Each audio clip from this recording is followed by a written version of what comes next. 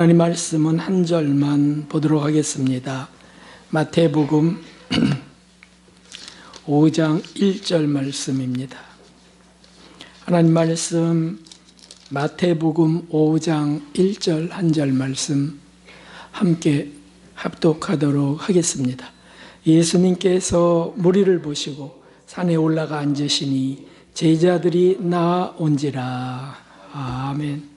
할렐루야. 하나님의 풍성한 은혜가 이 종려주일 하나님 그 임재와 함께 가득 부어지기를 예수 그리스도의 이름으로 축원합니다.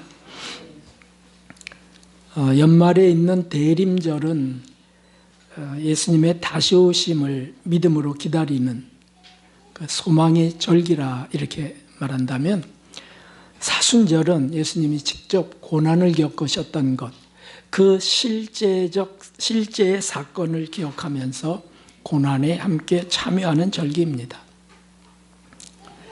고난 속에서 자기를 부인하고 또 십자가 지고 가지 못했던 것들, 이런 것들을 회개하고 또 사랑이 적었던 것을 회개하는 시간입니다.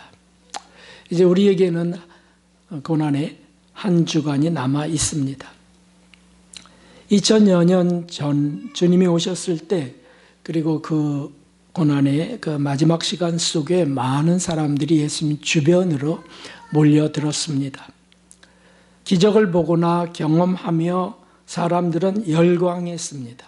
반면 그걸 시기하고 질투하고 모함하며 죽일 계략을 짜는 악한 사람들도 있었습니다. 만일 우리가 그 시대에 있었다면 어디에 있고 싶은가? 오늘 제목입니다. 예수님 어디에 있고 싶은가? 우리는 마땅히 예수님 편에 가까이 있어야 됩니다. 그런데 예수님 어디에 있기를 원하는가? 그래서 반드시 세 곳 중에 하나이기를 저는 진심으로 원합니다. 저도 우리 교회들도. 먼저는 오늘 제자들처럼 예수님의 앞에 있기를 바랍니다. 예수님의 앞에라고 하는 것은 언제나 진리가 들리는 곳입니다. 오늘 말씀해 보니까 무리를 보시고 산에 올라가 앉으시자 제자들이 나왔다 그랬습니다. 제자들이 이렇게 이곳저곳에 있었는데 많은 무리들과 함께, 이것은 산상수훈이 이제 곧 선포될 곳이죠. 그러니 거기 수만 명의 사람들과, 그리고 질서를 좀 잡아보려고 했던 제자들도 있을 것이고, 그런데 예수님이 앉으시자 제자들이 예수님 앞으로 나온 겁니다. 어디서나 말씀 듣기 원하는 사람들은 다른 곳이 아니고 예수님 앞으로 나아갔습니다. 밤중에 사람들의 눈을 피해서 온 사람도 있었는데 그는 니고데모였습니다. 밤에 예수님 앞으로 나왔습니다. 왜 나왔습니까? 한 가지 이유예요. 말씀을 듣기 위해서였습니다. 영생을 어떻게 얻겠습니까? 물론 기적을 보려고, 구경하려고, 또 고토리를 잡으려고 그렇게 온 사람들도 있었지만, 오늘 저와 여러분은 그러저러한 이유들이 아닙니다. 예수님의 말씀, 그 하나님의 말씀을 듣기 위해서 예수님 앞으로 나온 것입니다. 예수님 앞에 서는 것은 대단히 중요합니다. 말씀 앞에 자신을 비추어 보는 거죠.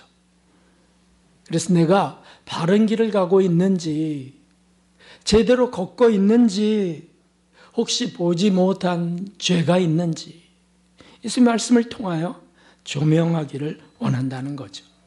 그리고 내가 진정 해야 될 일이 무엇인지, 하나님이 원하는 게 뭔지 예수님 앞에서 그것을 확인하고 또 실행하길 원하는 겁니다. 주님은 제자들 앞에서 이렇게 말씀하신 적이 있습니다. 요한복음 말씀이죠. 너희가 내 말에 거하면 진리를 알지니 진리가 너희를 자유케 하리라 하셨습니다. 내 말에 거하면 내가 지금 하는 말, 하나님 그 말씀이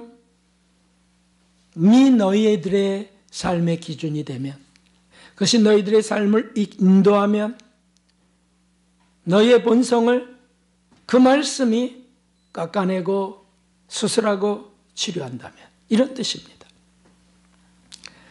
그러니까 기도할 때도 예수님이 행하신 일들 또는 예수님의 말씀이 떠올려지려만 된다는 뜻입니다. 그래야 자신을 점검하죠. 수많은 크리스찬들이 기도할 때 그냥 자기 필요성만 외치게 됩니다. 그리고 자기가 행하려는 걸 합리화하는 그런 기도들을 합니다.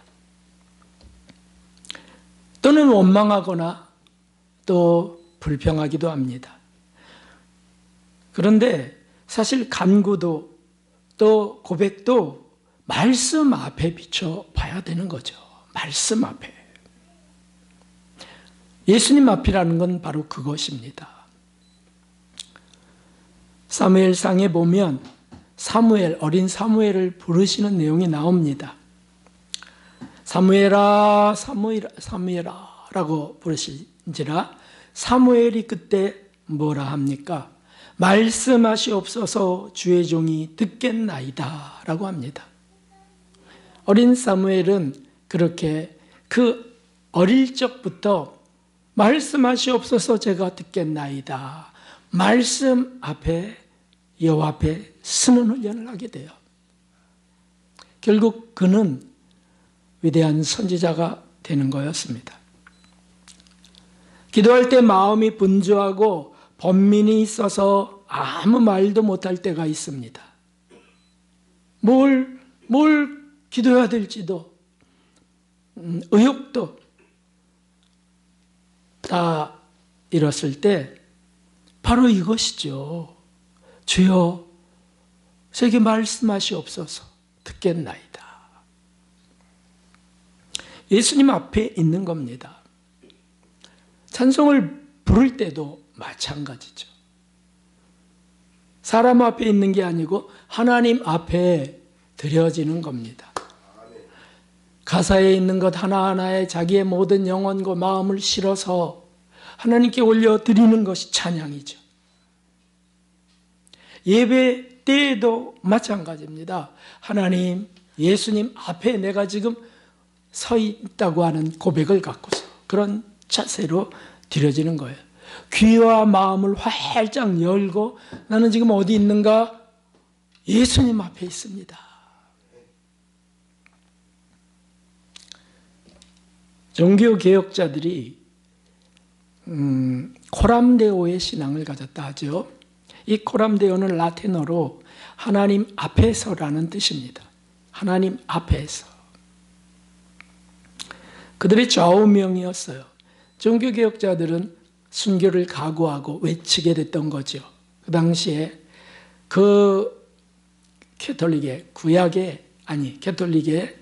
그 재전 중심, 규칙, 그리고 교권 중심, 교황권 이런 것 속에서 다 복종하고 살던 시대에 종교 개혁을 이룬다는 것은 그냥 자기 목숨을 이제는 포기한다는 뜻이죠. 그런데 그들을 힘있게 한 것은 하나님 앞에 서였습니다. 내가 지금 추기경 앞에 서 있는 게 아니고 하나님 앞에. 내가 지금 어떤 격식과 규칙 앞에 있는 게 아니고 하나님 앞에. 좌우명이었어요. 그래서 전통보다 더 진실하게 하나님 앞에 그분의 말씀을 따르는 삶을 고백했고, 그리고 죽임을 당하거나 개혁자들로 신교의 시작을 이뤘던 것이죠. 구약에 보면 재미있는 부부가 나옵니다. 그 부부가 누굽니까? 다윗과 미갈이라고 하는 부부입니다. 다윗의 아내 미갈은 사울 왕의 딸이었습니다. 다윗이 이제 그 법궤가 밖에 있다가 성전으로 예루살렘 성 안으로 이렇게 인도해 드릴 때에 다윗이 너무 기뻐서 덩실덩실 춤을 춥니다. 그러다 옷걸음이 풀어지게 되고, 그렇게 된 것을 그 아내는 창문을 통해 이렇게 보다가 아유 참 왕이 참 볼품이 없다, 조롱하게 되는 거죠. 그때 다윗은 이런 말을 합니다. 이는 여호와 앞에서 한 것이라. 여호와께서 나로 백성들의 이스라엘의 주권자를 삼으셨으니 내가 여호와 앞에서 뛰놀리라 하고서 실제로 그가 춤을 췄던 것은 채신머리가 없는 게 아니고 하나님 앞에서 했던 거예요. 미갈은 사실은 그런 고람데오의 신앙을 보지 못하고 자랐습니다. 사울 왕이었는데요. 기껏 본 것은 전쟁과 업적과 권력들 이런 것들을 보았어요. 아버지의 포악과 교만도 보았고요. 그냥 다윗의 아내가 됐는데도 외모, 외형, 어떤 체면 이런 것들이 여전히 습성대로 어린 시절부터 보아왔던 것대로 그것이 형성되었던 거예요. 그러니까 다윗이 춤추는 것을 여호와 앞에서 추는구나라고 인식할 수가 없었습니다. 그러나 다윗은 어땠습니까? 광야에서 훈련받은 것이 바로 그 코람데오였습니다. 어딜로 가든 동굴에 숨든 황무지에 숨든 여호와 앞에서 그것 밖에는 의지할 것이 없었기 때문이죠. 사울은 날마다 죽이려고 쫓아다니고 사람들을 보내서 색출하라 그러고, 그러니 목숨이 경각간에 있는 거예요. 그럴 때 바라볼 게 뭐겠습니까? 이스라엘의 광야는 아름다운 경치가 없어요. 멋있는 나무도 없고요. 그 광야에 숨어서 그냥 여호와 하나님만을 보는 훈련을 마치 이스라엘의 40년 광야처럼 갖게 됐던 거죠. 그러니까 여호와 앞에서 춤을 추는 겁니다. 옷걸음이 풀어져서도 하나님 앞에서. 우리가 사실 우리 어떤 야외 예배나 즐거운 시간에도 우리가 앞에 나와서 뭘 할 때가 있는데 그때 그게 되게 어색하고 부담스러워서 못 나가는 거죠. 이유는 다 뭐냐면 사람 앞에 서기 때문이죠. 그때 바로 마음을 고정하고 눈을 고정하고 여호와 앞에서 드려야지 라고 하면 달라지는 겁니다. 체면이 많은 사람들, 그러니 자기 체면을 지켜야 되고 이러면서 사실은 여호와 앞에서는 다 잃어버려요. 인도자든 또는 그렇게 쓰는 사람이든 말이죠. 그런데 그 순간에도 여호와 앞에서 코람데오 1초라도 또는 1분이라도 여호와 앞에서 드려야지, 부끄러움을 드려야지, 나의 부족함을 드려야지 라고 한다면 그 사람은 예수님 앞에 서 있는 겁니다. 우리가 그럴 때 어떤 즐거워지고 흥겨워질 때 말씀도 예배도 설교도 가벼워지기 쉽습니다. 목사님 오늘은 빨리빨리 끝내시면 좋겠습니다. 그게 다 뭐냐 하면 사람 앞에서 그냥 주고받는 거죠. 아 그래요? 그래요. 그렇게 합시다. 여호와 앞이라면 자세가 달라지지 않겠어요? 생각이 달라지지 않겠어요? 경치를 봐도 여호와 앞에 서라면 하나님의 창조물을 보고 있는 거잖아요. 하나님의 창조물을.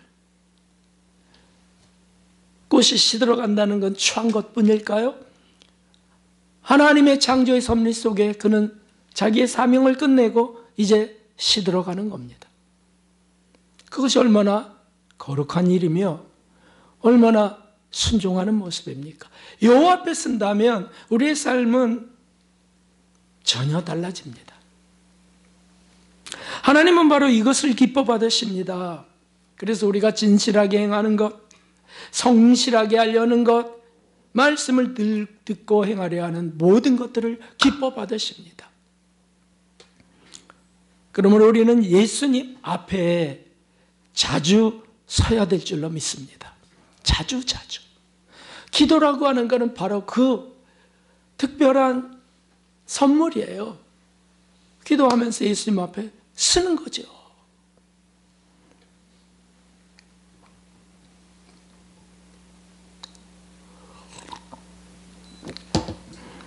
남은 사순절 한 주간 예수님 앞에 더 많이 서는 저와 여러분이 되기를 예수 그리스도의 이름으로 축원합니다.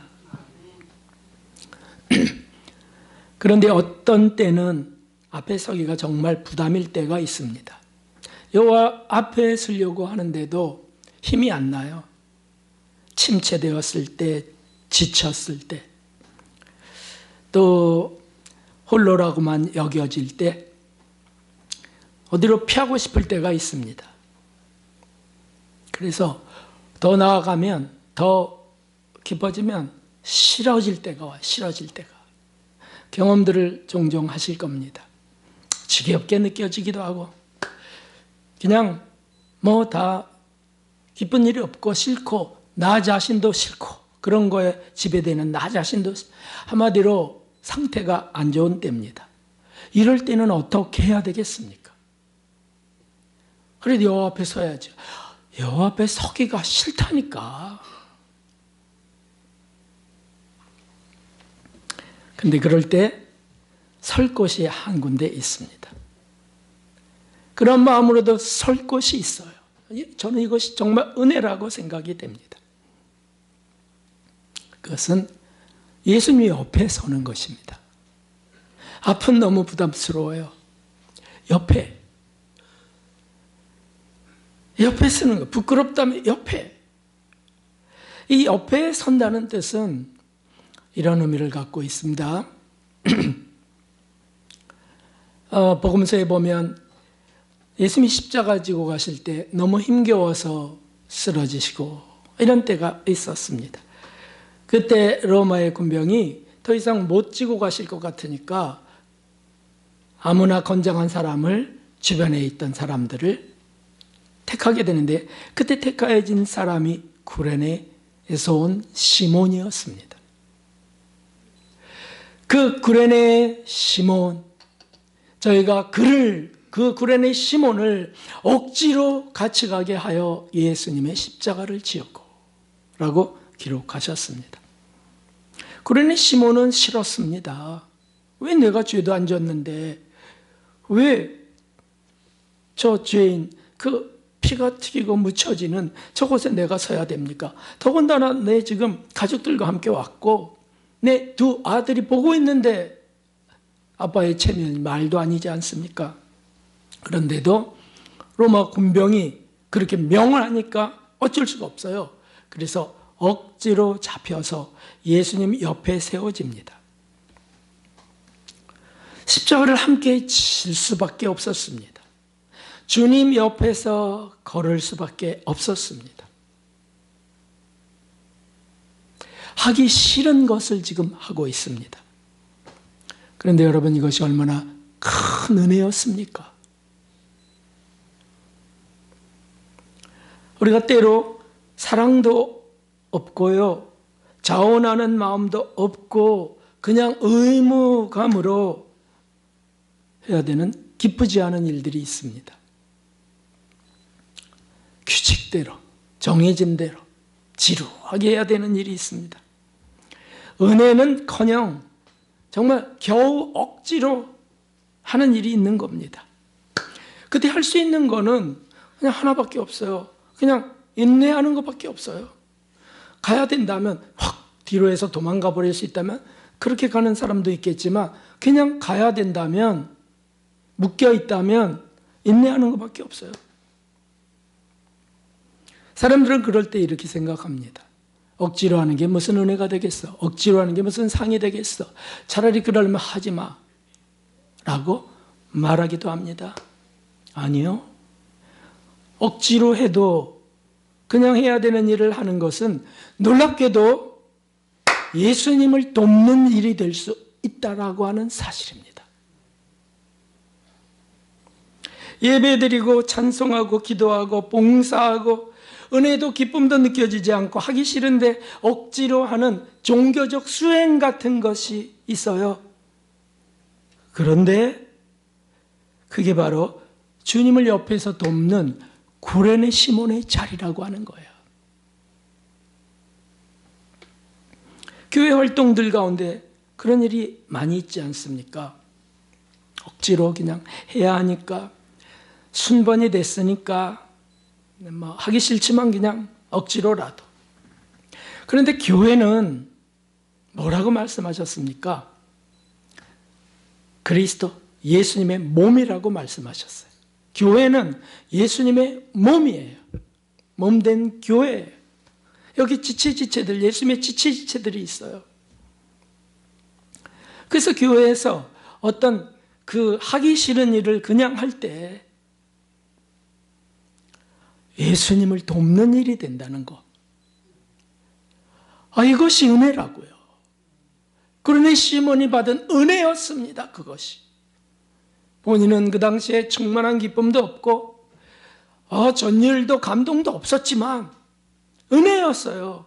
하나님이 그를 택하게 하셨고 놀랍게도 예수님은 가장 가까이 있게 하셨던 거예요. 거친 소리를, 호흡 소리를 듣고 그 땀 냄새와 피 냄새를 맡아가면서도 예수님을 돕는, 정말 그 시간에 둘도 없는 귀한 동력을 하셨던 거죠.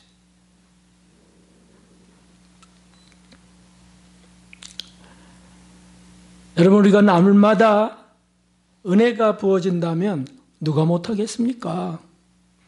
아니, 자기가 좋은 일만 할 수 있다면 누가 못하겠습니까? 그런데 어느 때엔 은혜가 끊어진 삭막한 시간 속에 홀로 있을 수 있습니다. 외롭고 고립됐고 곤고합니다. 그런데도 해야만 된다면 억지로 할 수밖에 없어요. 그런데 우리가 오늘 말씀을 통해서 우리 생각은 바꿀 수 있어요. 생각은. 내 감정과 내 마음은 지금 기쁘지도 않은데 이거 해야 되나요? 부정적인 생각만 가득한데, 그래, 이게 시몬의 일이었어. 그건 알 수 있잖아요. 생각을 바꿔서 이게 예수님이 옆에 쓰는 일이야.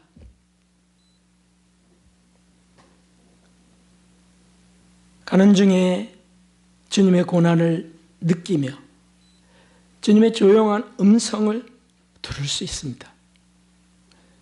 그 음성은 바로 이것입니다. 고마워. 고맙네. 어쩌면 우리는 지금 골고다 길에 예수님이 옆에 서 있는 때입니다. 그대로 십자가를 함께 지고 가는 겁니다. 예수님 옆에서 말이죠. 주님을 도와드리는 일입니다.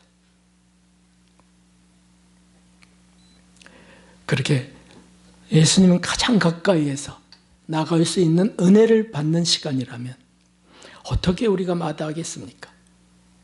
그것이 생명의 길인데 어떻게 돌아서겠습니까? 그렇게 가시는 저와 여러분 되기를 예수 그리스도의 이름으로 축원합니다. 그리고 앞도 옆도 아닐 때가 있습니다. 그냥 지은 죄가 있어서 너무 면목이 없어서, 싫은 건 아닌데 너무 면목이 없어서 그때는 어디에 있어야 될까요? 그것은 예수님 밑에 있는 겁니다. 얼굴을 들 수도 없고 송구해서 도망만 치고 싶을 때가 있습니다. 주님의 일에 그래서 해만 끼친 것 같고, 근데 그때에도 놀랍게도 주님 가까이 있을 곳이 한 군데 있는데 그것이 바로 예수님 밑이라고 하는 사실이에요. 발밑입니다. 발밑. 세리는 죄인이기 때문에 감히 가까이 올 수도 없고 멀리 서서 눈을 우러러보지도 못하고, 그리고 가슴만 치면서 하나님이여 불쌍히 여기시옵소서, 저는 죄인이로소이다, 죄인이로소이다, 이렇게 고백했는데 주님은 그가 의롭다함을 받고 돌아갔다고 말씀하셨잖아요. 죄인이기 때문에 앞에 설 수도 없고 감히 주님 옆에서 주님 돕는다는 거 생각할 수도 없습니다. 그저 지은 죄가 커서 쳐다볼 수도 없어요. 그런데 한 군데 자리가 있다는 거, 이것이 얼마나 위로가 됩니까? 거기는 예수님 발 아래 밑이었다고 하는 사실이죠. 이스라엘에서 유대인 민족들 속에 회당장이 된다는 것은, 회당, 이런 예배당, 그 회당장이 된다는 것은 종교적 삶이 뛰어나지 않으면 안 됩니다. 회당장. 그 중에 야이로라고 하는 사람이 있었습니다.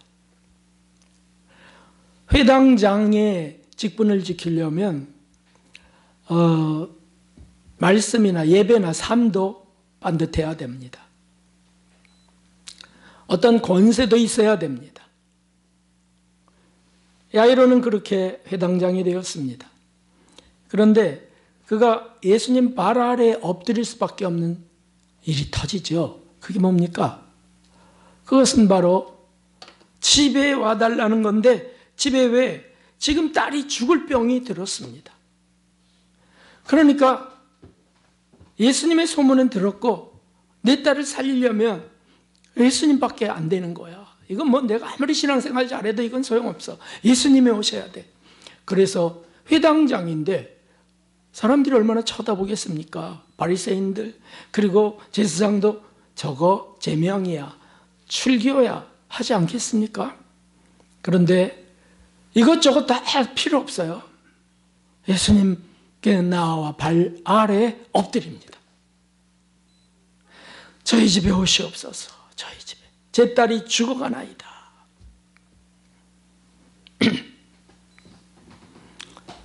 죄를 고하면서 불쌍히 여겨달라고. 결국 주님은 그 딸을 살려놓으시죠. 달리다금 소녀야 일어나라, 살려놓으세요. 발 아래 엎드린 아비 때문에 말이죠. 더러운 귀신 들린 딸을 가진 여인도 있었습니다. 잘 아는 스로보니게 지역의 이방에 있는 여인이었습니다. 딸이 귀신 들렸습니다. 그러니 유대인의 왕 예수님께 나아갈 수 없었습니다. 그러나 그 딸을 살리기 위해서는 어쩔 수가 없어요. 그래서 어떻게 했습니까? 더러운 귀신 들린 딸을 둔 그 여자가 예수님의 소문을 듣고 와서 그 발 아래에 엎드려서 구하게 됩니다. 제 딸의 귀신을 쫓아주십시오. 살려주십시오.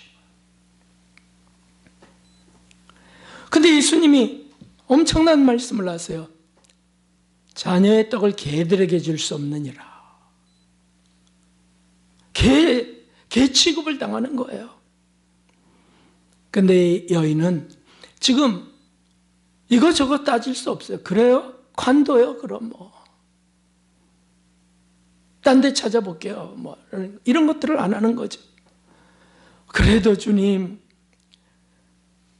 개라 할지라도, 개들이라 할지라도 주인의 상에서 떨어지는 부스러기는 먹지 않습니까? 라고 하자 예수님께서 그 믿음이 크도다, 내 믿음이 크도다 하면서 그 딸의 귀신을 쫓아주세요. 자존심을 지켜서는 딸을 구할 수 없습니다. 철저히 낮아지고 철저히 엎드러진 자리, 그곳에 은혜가 임하는 겁니다. 우리들에게 있는 이 자존심은 정말 끝까지 우리를 천국을 못 가게 만드는, 마귀가 잡고 흔드는 요소들이에요. 체면을 생각하고 내가 그럴 수는 없어. 나는 그런 건 죽어도 안 해. 뭐 여러 가지가 있어요. 사람들이 뭐라고 하겠어. 뭐 이런 것들이 있잖아요. 그래서는 날 수 없는데 예수님 발 앞에 그냥 엎드려 버려요. 개라고 해도 네, 저는 개입니다. 근데 주인의 상에서 떨어지는 부스러기는 먹지 않습니까?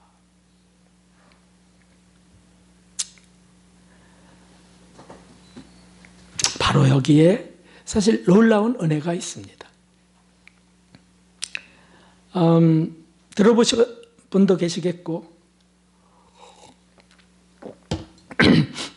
또 책을 읽은 분도 계실 텐데, 그 분당 우리들 교회가 있습니다. 우리들 교회. 그 교회 김양재 목사님이란 여자 목사님이신데 거기에 목회 그 방침은 아주 독특합니다. 부목사님들, 목사님들이나 또는 목자들, 그 구역, 목장이라고 하는 것에 목자들은 어떻게 세워지냐 하면 스펙이 좋은 사람들이 세워지지 않아요. 철저히 자기 죄, 또 가족의 죄, 부부, 아내나 남편의 죄, 이런 것들을 다 토설하고, 자기로 인한 죄죠. 그걸 다 토설하고 공개 회개하고 아주 납작 엎드린 자들 중에서 세워집니다.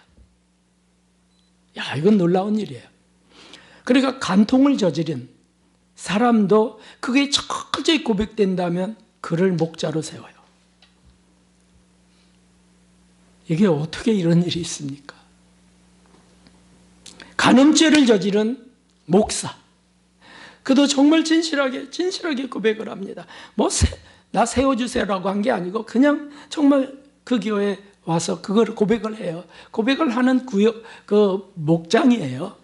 다 그런 고백들로 이어져요. 2시간, 3시간. 그래서 그런 자들 중에서 담임 목사님이 그것을 보면서 부목자가 좀 돼보시겠습니까? 또는 목자가 돼야 되겠습니다. 교육을 받고 거기에 세워지는 겁니다. 중독죄인들, 각종 중독죄인들, 알코올 중독, 게임 중독, 할 것 없어요? 그 다음에 사기죄, 누구의 돈을 훔쳤다든지 떼먹었다든지 이런 사기죄, 악습이 있는 사람들이 있어요. 악습. 또 이혼 죄, 이런 것들. 근데 그런 것 속에서 그게 다 고백되어진 사람들, 사실은 제가 저지른 일이에요. 거기서 저도 죄를 지었지만 저 사람이 나쁘다니까요. 이런 사람은 절대 거기서 계속 있으려면 철저히 밟히고 또 밟히고 이렇게 돼야 되는 곳이에요. 안 그러면 이제 다른 데로 가겠죠. 여기 아주 중요한 원리가 있더라고요. 제가 그곳에 간 부부 목사님을 아는데 그 부부 목사님을 통해서 자세하게 듣게 된 거예요. 여러 번 들었어요. 그 목사님은 목자로서 이제 선택됐다고 하더라고요. 그 고백을 다 하니까요. 자기의 아집이나 자기의 그 탐욕이나 이런 거, 포악이나 이런 것, 자기 때문에 자식이 저 모양이 된 거, 이런 거 다 고백하니까요. 그래서 이렇게 세워지는데 여기 아주 중요한 그 성경적 원리가 있더라고요. 그 담임 목사님은 그런 자들 중에서 주님 발밑에서 일어나는 사람들, 주님의 은혜로 주님 발밑에서 일어나서 주님의 말씀 앞에 쓰는 사람들, 그래서 그 말씀이 계속 자기를 수술대고 이런 사람들, 그리고 그들을 택해서 예수님 옆에 세우는 거예요. 예수님 옆이라고 하는 거는 교회라고 그랬잖아요, 교회. 그래서 목자들이 되는 겁니다. 몸된 교회를 돕도록. 그러니까 거기 목자라 그러면 반듯한 신앙인들이 아니에요. 다 죄인들이었다는 거예요. 막달라 마리아처럼 말이죠. 그래서 죄인들을 돕는 지체가 되게, 자기가 그런 끔찍한 죄를 저질렀고 바닥까지 내려갔기 때문에 죄인들의 심리를 잘 아는 거예요. 그러니까 서로 토하고 위로하고 이렇게 될 수가 있는 거예요. 제가 깜짝 놀랐어요. 해외까지 그런 그 목장들의 모임들이 있는데 다 요새는 인터넷으로 다 하잖아요. 그래서 다 거기서도 그냥 그렇게 고백하고 울고 이런다는 거예요. 거기 목사님들이 많이 들어와 있답니다.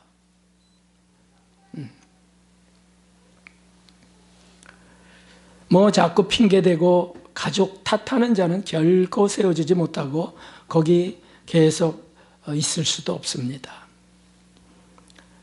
바닥까지 보도록 도와준다는 거죠. 그런 사람이라 할지라도 계속 그래도 여기가 내가 살 곳이야. 안 그러면 나는 이제 정말 죽어. 이런 사람들. 근데 습성이 있고 자기 죄를 못 보기 때문에 계속 남 탓하는 사람들이 거기 속에도 있다는 거예요. 처음에는 이분도 그렇게 했다는 거죠. 우리 아내가 너무 강해서요. 이렇게. 그러니 저기요. 목사님이라고 그러셨죠? 목사, 이제 그거 던져버립시다. 목사 아닙니다. 여기서 목원입니다. 목원. 아시겠죠? 그냥 집사님이라고 부를게요. 이렇게 하셨다는 거예요. 네. 왜 집사님은 왜 계속 아내 탓만 합니까? 왜 남 탓을 합니까? 당신 때문에 일어난 일인데 그렇게 핑계만 대면 어떡합니까? 아직도 그렇게 된 것을 모르세요? 당신 가족이 그렇게 된 거, 자식이 그렇게 된 거 아직도 몰라요? 당신 죄 때문인데 막 한다는 거예요. 그러니까 그런 문화기 때문에, 고백의 문화기 때문에 거기서 버틴다는 거예요. 맞아요. 맞습니다. 또 그게 사실이니까. 성공욕 때문에 그랬잖아요. 아집 때문에 그랬잖아요. 교만과 포악이지 않습니까? 아내요? 아내도 당신 때문에 그렇게 되는 거예요. 막 하면서. 그러니까 그냥 괴로운 거예요. 그러다가 놀라운 일들이 벌어지는 겁니다. 그게 계속 되니까 한 1, 2년 뒤에는 다 진실하게 인정하고, 그리고 자기가 드러나는, 죄가 드러나는 거는 당연한 걸로 여기는 거예요. 부러운 교회더라고요. 근데 그렇게 되기까지 어떻게 되겠습니까? 부부가 같이 있으면 그 목장은 소란스럽대요. 계속 싸운다는 게 거기 와갖고. 그래서 자기 편 들어주길 원하는 거죠. 억울하고 그래도 씩씩대고. 그런데 잠시 뒤에는 또 고백할 수밖에 없어요. 왜냐하면 이분 저분이다. 그건 이분은 놔두고요. 당신만 얘기한다면 당신 죄가 커요. 이렇게 하니까 사실이거든요. 그래서 또 죄를 고백하고 주님의 긍휼을 또 구하게 돼요. 그러면 이제 그때부터 눈물과 함께 다 같이 기도해 주는 거예요. 다 같이. 그러니까 고상하게 신앙생활 하려는 이 현대에, 또 부담 없이 신앙생활 하려는 이 현대에 참 필요한 교회예요. 참 필요한 교회. 사실 우리 교단은 죄를 깊게 보는 말씀이 있어요. 정확히 체크하고 하는 말씀이 있어요. 자아가 뭔지 실체를 보게 해요. 너무 귀해요. 근데 그렇게 고백하게 하는 실제적 모임이 있지는 않아요. 알아서 해야 돼, 알아서. 사경회가 있고, 부흥회도 있고, 세미나도 있지만, 그걸 강요하진 않잖아요. 여기는 강요되는 곳이에요. 가고 싶더라고요. 그런데 한번. 근데 저희는 다 고백하고 사니까. 그런데 5월 중에 3박 4일 세미나도 있다고 합니다. 1년에 2차례씩 있는데 그때 가족의 문제, 부부의 문제로 고민하는 분들이, 죄의 문제로 고민하는 분들이 거기 많이 참석한답니다. 저는 가족의 문제, 부부의 문제, 이런 고민이 있는 분들이 있다면 거기 참석하길 적극 추천합니다. 난 내 성격 때문에, 내 이 단단한 이 교만 때문에, 그러면 좀 가서 참석하면 좋겠어요. 우리 교단과 연계되면 참 좋겠더라고요. 주님 발 아래 납작 엎드리기 전까지는 해결되지 않습니다. 막달라 마리아는 주님 발 아래 앉아서 그분의 말씀을 들었다고 되어 있어요. 예수님의 말씀. 예수님은, 그 막달라 마리아는 귀신 들린 여인이었고요, 음란한 여인이었어요. 귀신도 한 마리가 아니고 7마리나. 그런데 예수님 때문에 그게 치유되고 삶이 바뀌었어요. 그는 예수님께 나아가면 늘 발 아래 앉았습니다. 그리고 말씀을 들었습니다. 발 아래 앉아 죄를 고백하고 머릿결로 예수님 발을 닦이기도 하고, 그리고는 예수님의 말씀 앞에 앉는 거예요. 그러니 그가 부활의 첫 증인이 되게 하신 겁니다. 그 언니가 음식을 하는데 마리아는 그냥 예수님 발 아래만 앉아 고개만 들고 있으니까, 마르다가 볼 때는 얼마나 이게 제정신이 아니야. 지금 바쁜데 예수님 음식 차려드려야 되는, 푼수냐? 푼수라서 그런 것이 아닙니다. 죄인이요, 가장 긴급한 것이 지금 말씀이었기 때문에, 정말 긴급한 게 나는 은혜였기 때문에 예수님을 떠날 수 없었던 거예요. 그런 음식들이 중요하지 않았던 거예요. 예수님이 시장하시면 어때? 그것도 중요하지 않아요. 예수님 말씀 속에 계속해서 나는 내게 너희들이 모르는 먹을 양식이 있느니라는 말씀들이 있었으니까 그냥 예수님 앞에 맡겨버리는 거예요. 정 필요하면 오병이의 기적을 나타내실 수 있는 분인데, 바로 그것이죠. 은혜를 사모하는 그 발 밑에서 회개하고 사함받길 원하는 마음, 이것을 주님은 대단히 귀하게 여기십니다. 그것은 죄로 인해 낮아진 자들이 은혜를 간절히 구하는 자리고요, 그리고 실제로 은혜가 부어지는 낮은 자리입니다. 사랑하는 성도 여러분, 여러분은 어디에 있고 싶으신가요? 사순절이 이제 한 주간 남았습니다. 예수님을 더 많이 생각하는 시간이 되길 바랍니다. 십자가의 길을 자주 묵상하시기를 바랍니다. 무엇보다도 예수님 앞에, 예수님 그 옆에, 힘겨운 예수님 그 옆에,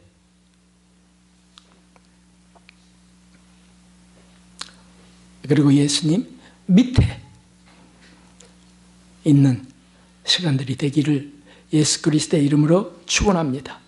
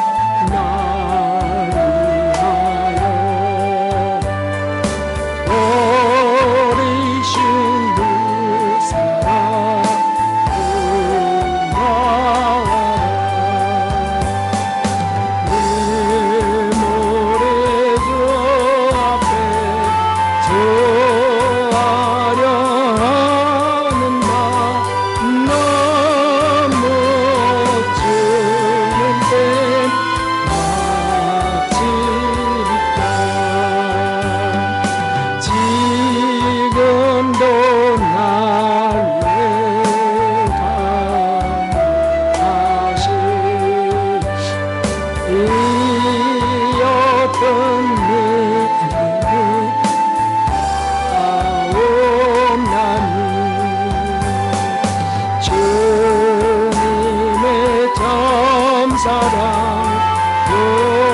요만큼을 나와 성과 기도를 쉬지 않네 전염의 십자가냐 도지고 신실한 믿음과 마음으로 예수 내 사랑과 친절한 위로를 내게 나누게 하옵소서 만 가지 은혜를 받았으니 아멘 아멘 내 평생 슬프나 지키고 난 이 몸을 온전히 주님께 바쳐서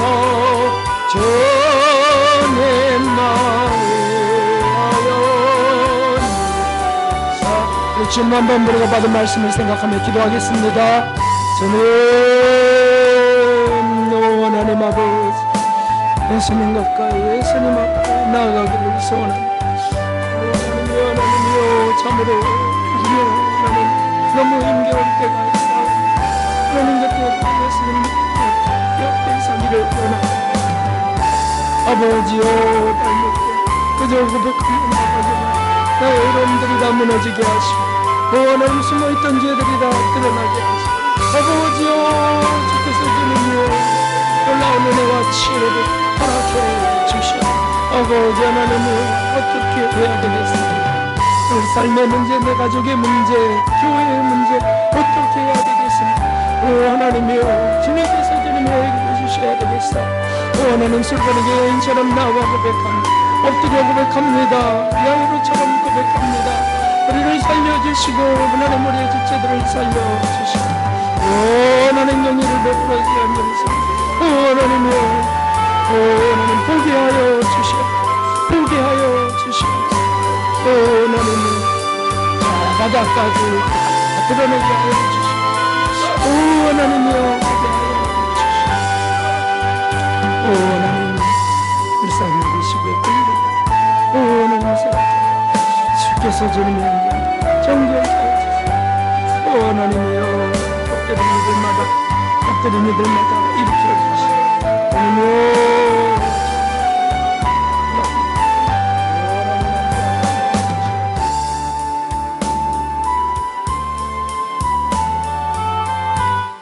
존귀하신 하나님 아버지 하나님 언제나 예수님 가까이에 살기를 소원합니다.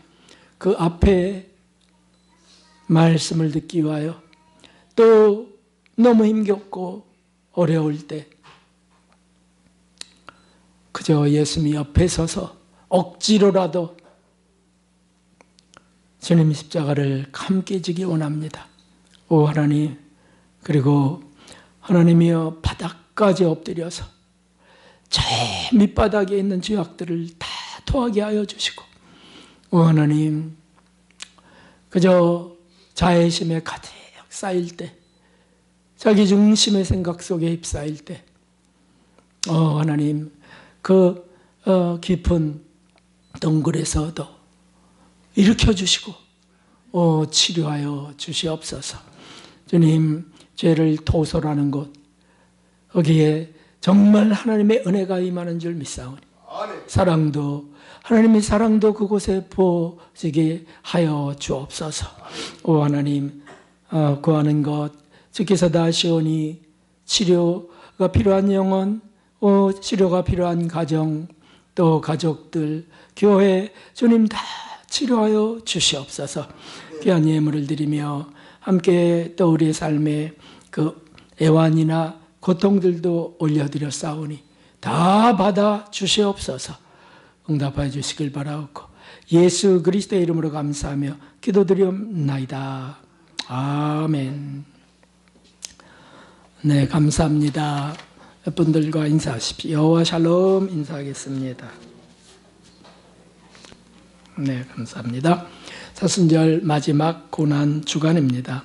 영성 수련원에 있는 자매님과 목사님, 장로님을 위해서 기도 지원을 부탁드립니다. 특별히 부목사님 사임 건으로 기도 중에 있습니다.